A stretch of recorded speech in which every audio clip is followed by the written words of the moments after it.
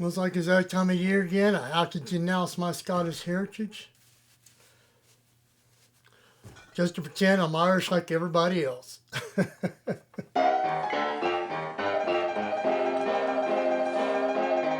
Top of the morning to you, Novelty Jameson. Welcome back to the Fuzzy Wallflower. So in my journeys of looking for weird cocktail paraphernalia at all the antique stores and such, I came across one for Irish coffee. And I like these novelty glasses. They have all the ingredients on them. They have all the, the amounts you need to put on there. We did this a while back with the Midori melon ball, and it was a fun experiment to see.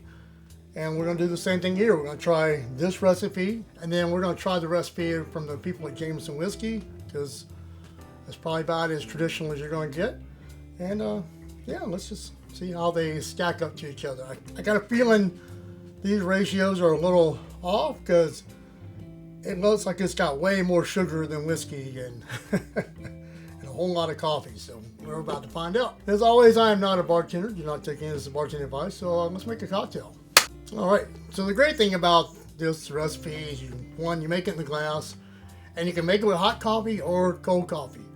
I'm using cold coffee because I don't know how well this glass will handle up to temperatures. Compared to a standard, tempered mug. So we're going to make it cold, but you do you. Just make sure if you make it hot, pour some warm water in the glass beforehand to kind of get it up to temperature so that you don't pour everything out and it goes shattered. That'd be a bad day. So let's make this first one and see what happens. So starting off with whiskey. See if I can read it from behind. Alright, next we got sugar. I'm just using Demerara sugar syrup. Next we got coffee. Take coffee all the way up to the cow. And last we have cream. You can make this a couple different ways. You can just use whipped cream if you want. I see a lot of people using shakers to shake it. I'm going to use the little wand, because that's what I'm used to. And you can sit here and aerate. I won't make you sit here and wait. A few moments later.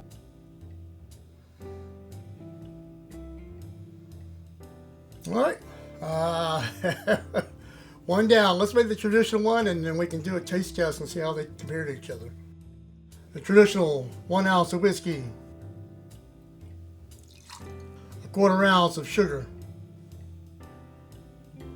about 3 ounces of coffee, and just top it off with some cream.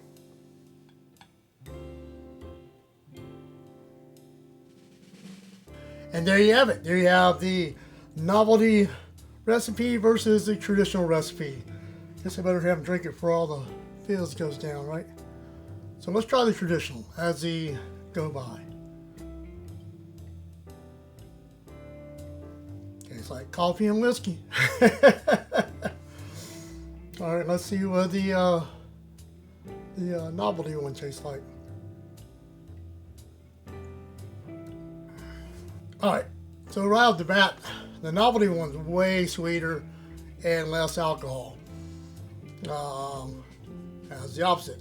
I think I measured what those lines were. It's like 1/2 ounce of whiskey and a 1 ounce of sugar, and then like 5 ounces of coffee. So it's a pretty weak mixed drink. But for someone who doesn't like very strong, mixed drinks, it's probably great. Whereas this is your traditional. Most people will probably enjoy it better. Let's try one more time. Yeah, this one's way more coffee forward, and a little bit of whiskey forward. And it tastes like a coffee drink, where this one's got that extra sugar in it that it just makes it like a chocolate milk almost. You don't really taste the whiskey in it. But hey, it's fun to try these little recipes. I'm always curious to who came up with these things. But that was fun. I'd say go with the traditional. It's just easy. Both are easy, but I guess I got plenty of coffee to drink tonight. I guess I'm not going to sleep. Well, in the meantime, you know what to do. Cheers.